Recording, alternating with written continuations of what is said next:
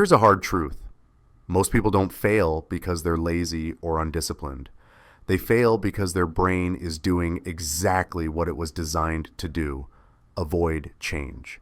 You think you're stuck because of lack of willpower, but what's actually happening is deeper. It's biological, it's neurological, and until you understand how your brain resists progress, you'll keep mistaking motion for improvement. We live in a world flooded with information. Podcasts, videos, books. There's no shortage of content telling you how to improve. And on the surface, it feels like progress. You sit down, take notes, feel inspired, your brain lights up, dopamine is released. That chemical signal gives you a real sense of forward movement. But here's the problem. Dopamine doesn't care whether you actually did something or just imagined it. Your brain rewards the anticipation of change just as much, sometimes more, than the actual work of change. This creates a trap. We start chasing the feeling of improvement rather than the outcome. It's what's called a consumption loop. You consume more content, feel momentarily smarter, maybe even more capable. But nothing changes behaviorally. You're not acting on the information. You're not interrupting patterns. You're not putting any stress on your nervous system that would force it to rewire.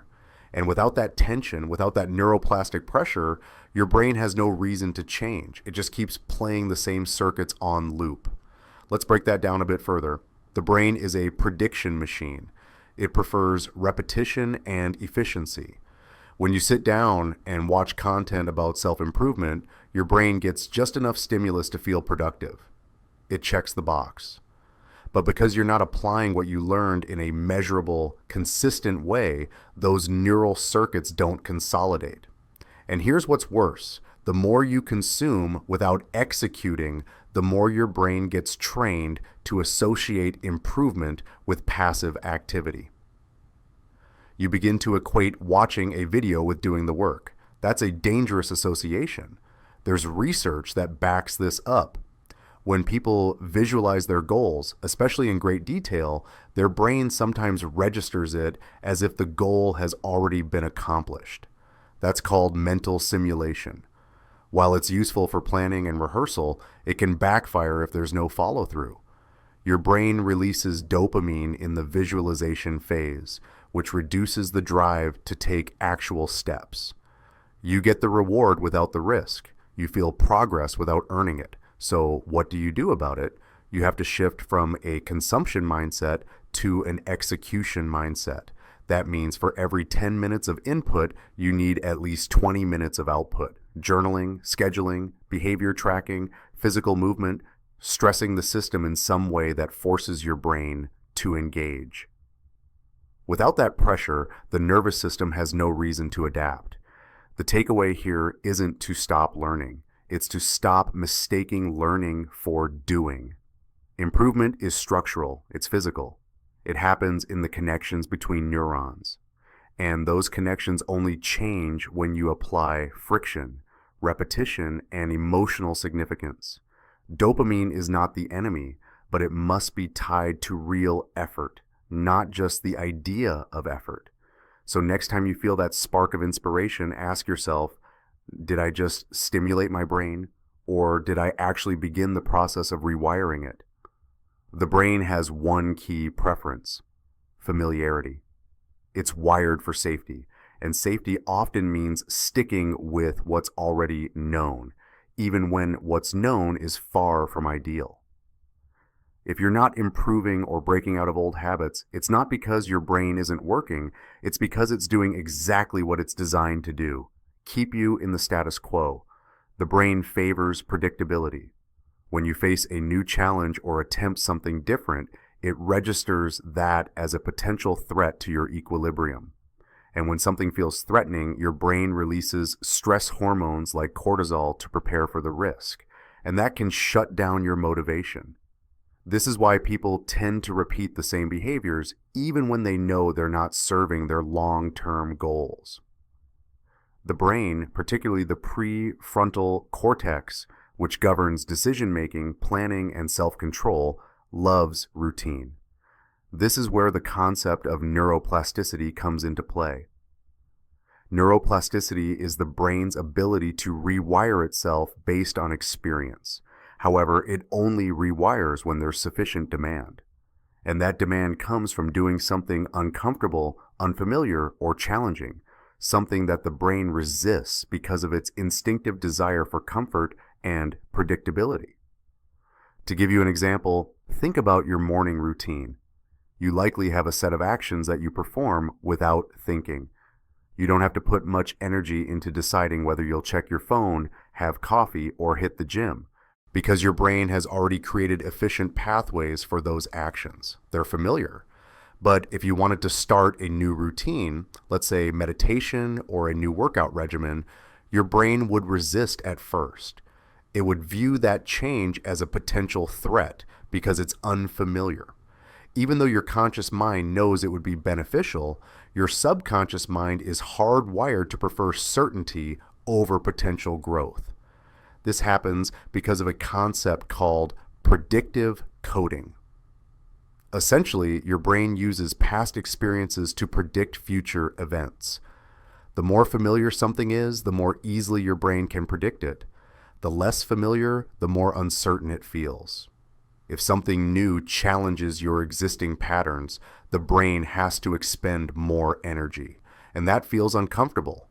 It's this discomfort that causes many people to avoid taking new actions, even when they know they should. But there's hope.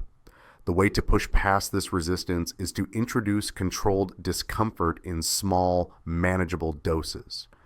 This is where things like habit stacking or gradual exposure become powerful tools.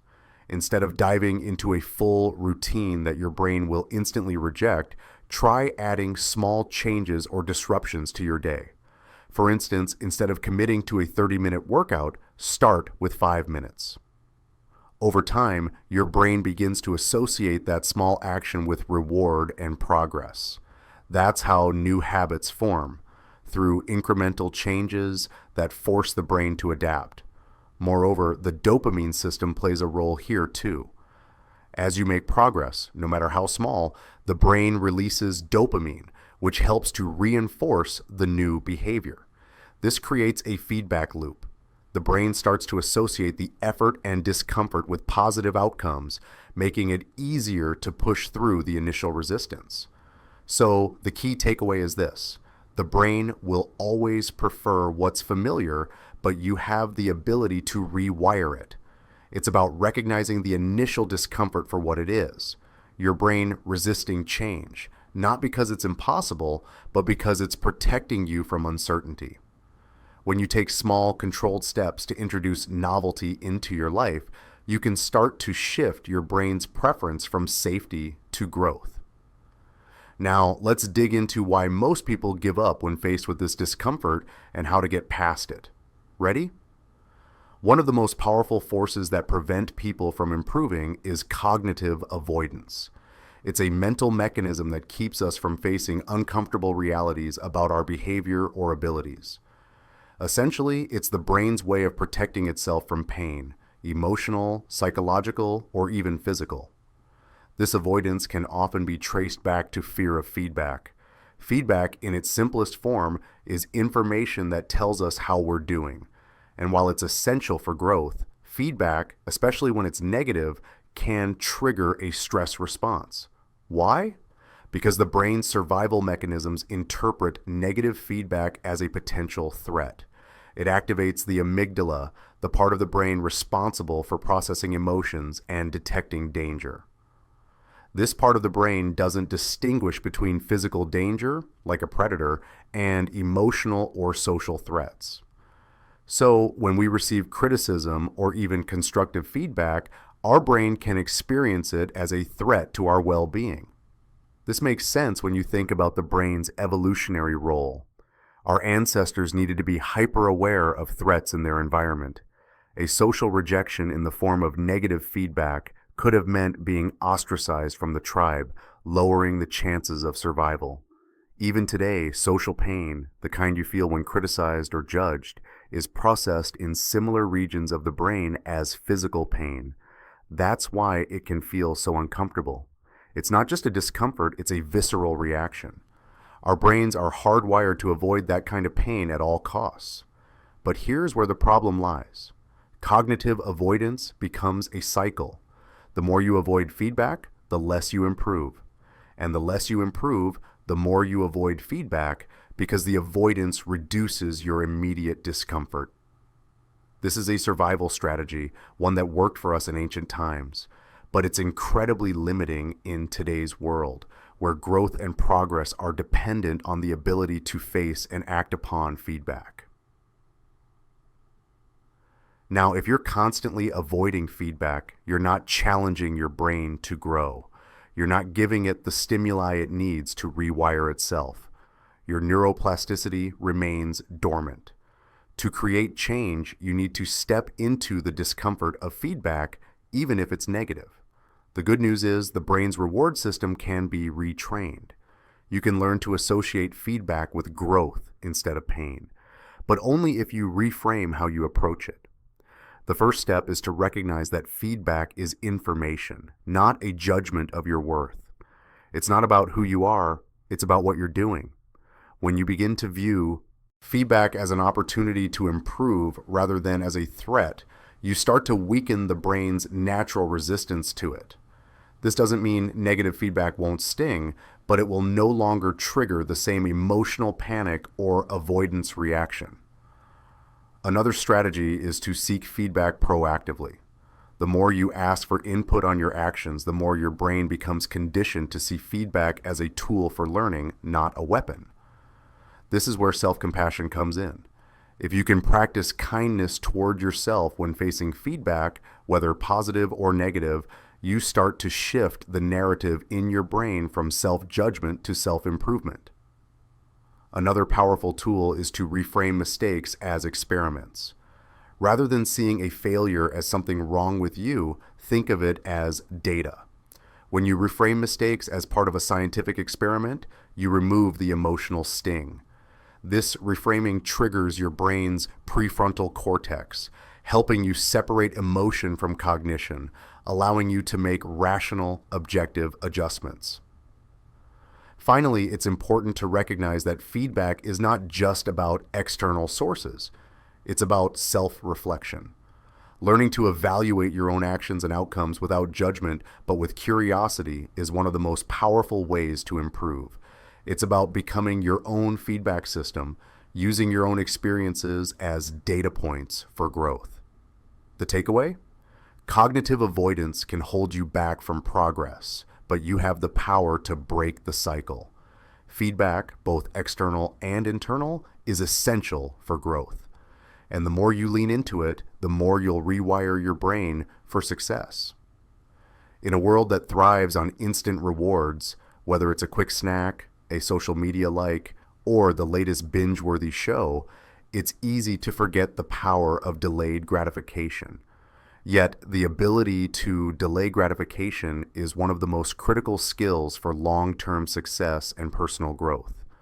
In fact, research has shown that the capacity to resist immediate temptations and delay rewards is directly tied to better life outcomes, from financial success to emotional well-being. Why does delayed gratification matter so much? It all comes down to the way the brain processes reward.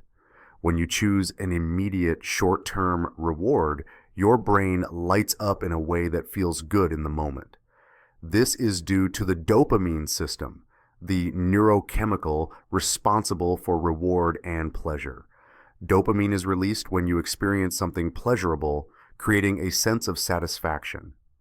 But here's the catch. Dopamine is also responsible for driving your desire for the next pleasure. If you're constantly seeking out that dopamine hit, you're chasing after immediate gratification, which can become a cycle of short-term rewards that doesn't lead to long-term fulfillment. When you choose delayed gratification, you're making a conscious decision to forego immediate pleasure for a future, often larger, reward. This is where the prefrontal cortex comes into play, the area of the brain responsible for decision-making, impulse control, and planning. This part of your brain helps you to weigh the consequences of your actions and decide whether a short-term pleasure is worth the potential long-term payoff. However, the brain doesn't naturally lean toward delayed gratification. In fact, the immediate reward system is much stronger thanks to the evolution of survival instincts. Historically, our ancestors had to act fast to secure food, shelter, or safety. Instant rewards were often a matter of life and death, which is why the brain is wired to prioritize immediate satisfaction. Today, this wiring is a double-edged sword. It drives us toward quick rewards like junk food, mindless scrolling, and impulse buys. But these same behaviors don't serve us in the long run. To practice delayed gratification, you first need to increase your tolerance for discomfort. Delaying gratification is uncomfortable. It means resisting the urge to act on impulse. But the more you practice this resistance, the stronger your prefrontal cortex becomes. Over time, you can rewire your brain to derive satisfaction not from immediate rewards, but from the anticipation of future success. One of the most powerful strategies for building this skill is to break down large goals into smaller, manageable tasks. When you're working toward a significant long-term goal, it can feel overwhelming, and your brain may try to push you toward something easier or quicker. But if you break down the goal into small, achievable steps, you can experience little bursts of success along the way. This gradual progression helps release dopamine in a way that feels satisfying without compromising the bigger long-term reward. Another technique is to visualize the future reward.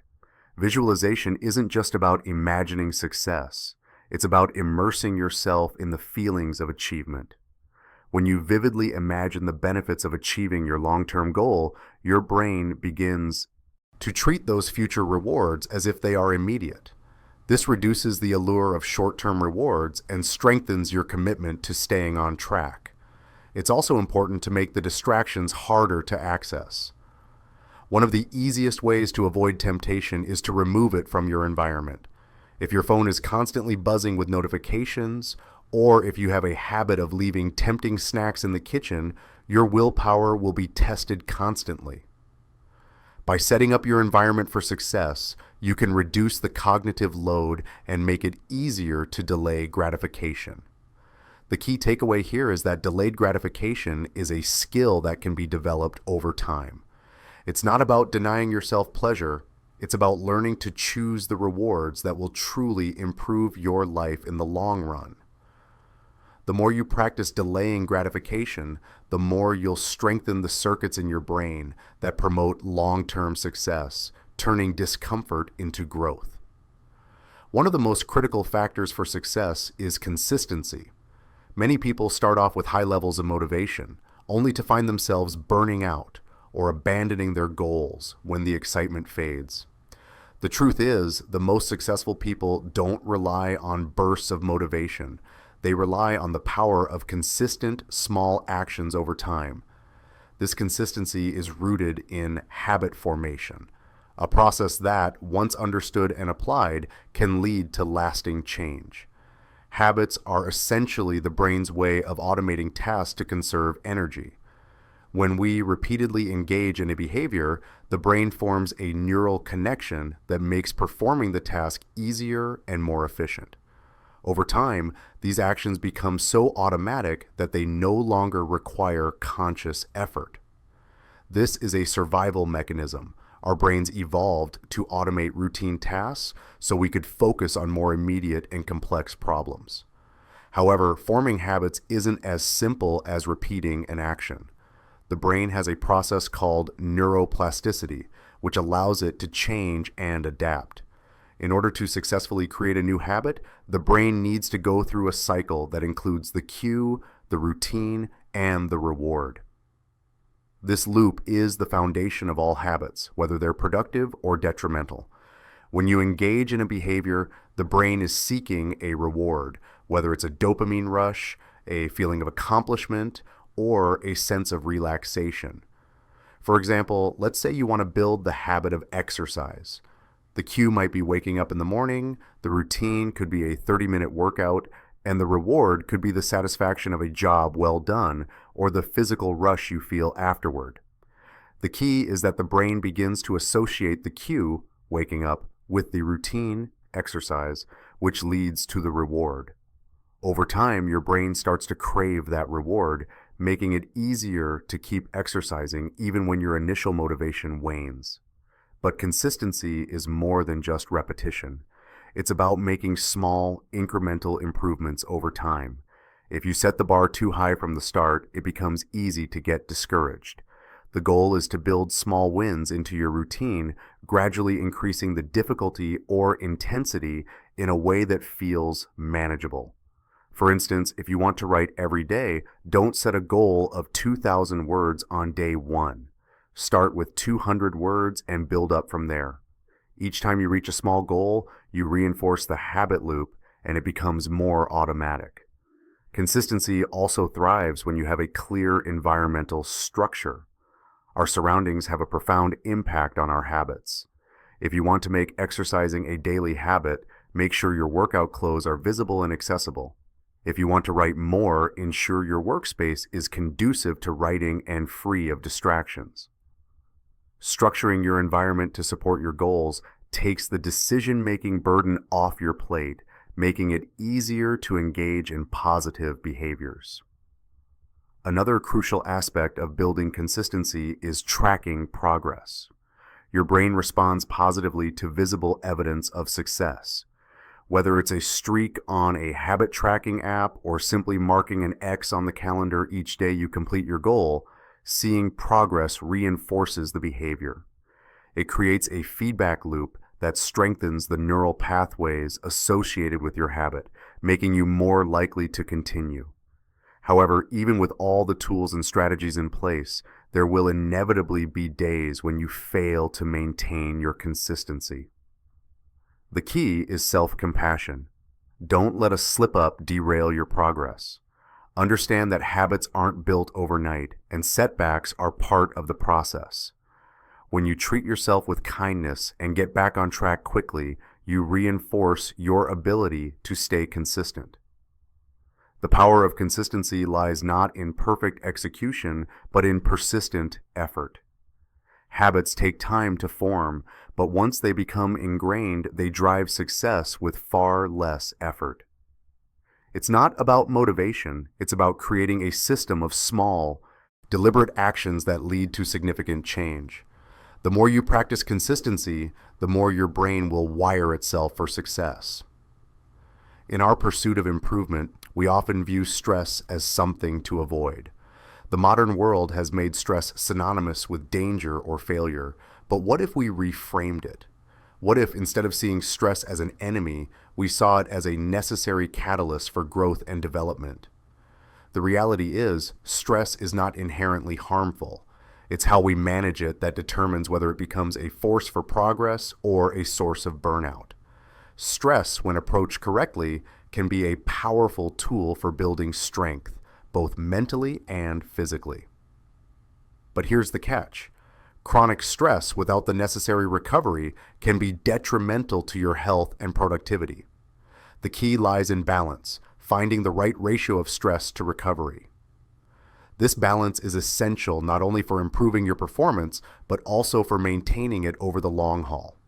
When you experience stress, your sympathetic nervous system, often referred to as the fight or flight system, activates. This increases heart rate, blood flow to muscles, and energy availability, preparing your body for action. In small, manageable doses, this system helps you respond to challenges with heightened focus and energy.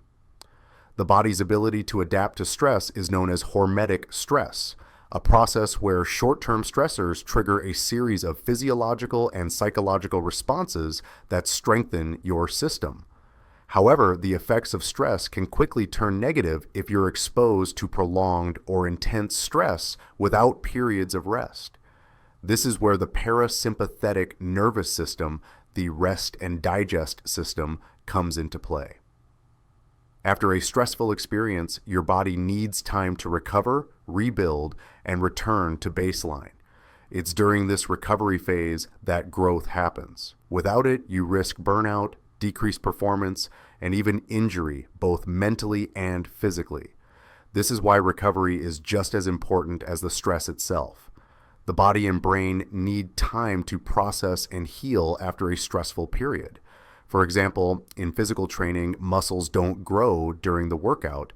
They grow during the recovery phase when they're given the time and nutrients to repair. Similarly, in mental tasks or learning, your brain strengthens and consolidates new information during periods of rest. One critical aspect of recovery is sleep. Sleep is not a luxury. It's a necessity for both physical and mental health. During deep sleep, the body releases growth hormones that repair and rebuild tissues, while the brain consolidates memories and strengthens neural connections. Inadequate sleep leads to impaired performance, poor decision-making, and reduced resilience to stress. This is why it's crucial to prioritize sleep as part of any strategy for self-improvement. Additionally, active recovery, such as light physical exercise, mindfulness practices, and relaxation techniques, can help regulate the effects of stress. These activities promote parasympathetic activity, helping your body and brain return to a balanced state. Practices like meditation, yoga, or even a walk in nature allow you to reset, reducing the long-term wear and tear of chronic stress. It's also important to note that mental recovery is just as necessary as physical recovery. Engaging in activities that foster creativity, joy, or social connection provides essential mental rest. If you're constantly grinding without mental reprieve, you risk exhausting your cognitive resources. This is why hobbies, spending time with loved ones, or simply engaging in something you enjoy can be so beneficial. These moments of joy help release dopamine in a way that restores mental energy, making you more resilient when it's time to return to your challenges. The key takeaway is that stress is a tool, but recovery is the mechanism that makes it effective. When you learn to balance periods of effort with adequate recovery, your body and brain become more adaptable, stronger, and better equipped to handle future stressors. Both stress and recovery are integral to improvement, and recognizing the role each plays in the process will allow you to unlock your true potential. The final piece of the puzzle in self-improvement is your mindset, specifically the way you talk to yourself and the beliefs you hold about your potential. Your inner dialogue has a profound impact on your ability to push through obstacles, stay consistent, and ultimately achieve your goals. If your self-talk is dominated by negative, limiting beliefs, you will inadvertently sabotage your efforts no matter how hard you try. But by mastering self-talk and cultivating a growth-oriented mindset, you can rewire your brain to embrace challenges and overcome setbacks. Self-talk is essentially the conversation you have with yourself on a daily basis. These thoughts can be conscious or subconscious, and they shape how you perceive the world and your place in it. Most people aren't even aware of their inner dialogue. It often operates on autopilot, repeating patterns learned early in life. However, by becoming mindful of these thoughts, you can take control of the narrative and shift it from one of self-doubt to one of possibility. The foundation of positive self-talk is the concept of a growth mindset, a term coined by psychologist Carol Dweck.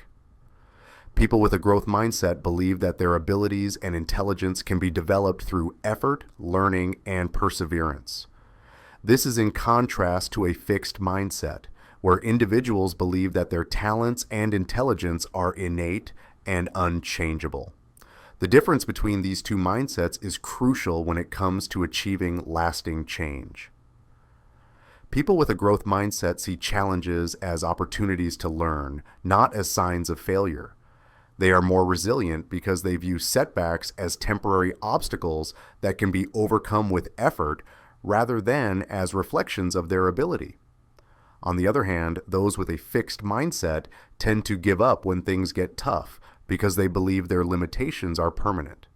To master self-talk, it's essential to reframe your negative thoughts and replace them with empowering statements. For example, instead of thinking, "I can't do this," reframe it to, "I may not be able to do this right now, but I can improve with practice." This subtle shift changes the way your brain perceives the situation. It moves from a fixed, defeatist mindset to a growth-oriented one that sees potential in every challenge. Another powerful technique is the use of affirmations. Affirmations are positive statements that you repeat to yourself to affirm your capabilities and reinforce your self-worth. These can be as simple as, "I am capable of achieving my goals," or "Every challenge I face makes me stronger." By consistently repeating affirmations, you can begin to shift your self-perception and build a more positive and confident inner dialogue. However, mastering self-talk isn't just about changing negative thoughts. It's also about fostering a sense of self-compassion. Self-compassion is the ability to treat yourself with kindness when you make mistakes or face setbacks rather than berating yourself. Research shows that self-compassion is linked to higher levels of resilience and greater motivation, as it reduces the fear of failure.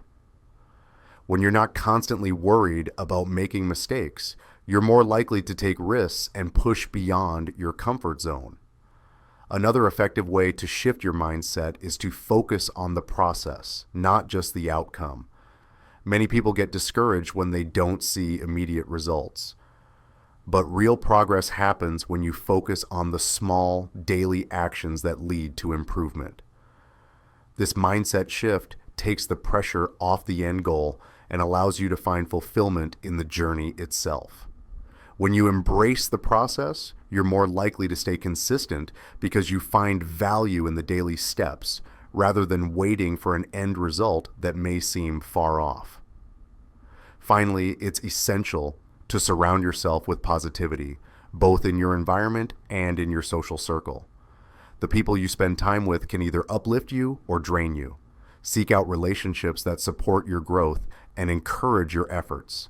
Likewise, engage with content, whether books, podcasts, or videos, that reinforces your commitment to improvement and keeps your mindset aligned with your goals. In summary, mastering your self-talk and cultivating a growth mindset are pivotal to achieving lasting change. By shifting your inner dialogue to one of positivity, embracing challenges as opportunities, and fostering self-compassion, you can break free from the limitations that hold you back. Your mindset is the lens through which you view the world, and by shifting it, you unlock a new level of potential. If you found value in this video, take a moment to hit that like button and share it with someone who could use a mindset shift. Don't forget to subscribe for more practical strategies on how to succeed and grow. But here's the challenge for you. Take one of the insights you've learned today and apply it to your life within the next 24 hours. Whether it's practicing positive self-talk, embracing a challenge, or prioritizing recovery, commit to making that change and share your experience in the comments below. I'd love to hear how you're working to improve. Remember, the real transformation happens when you take action. Let's keep growing together.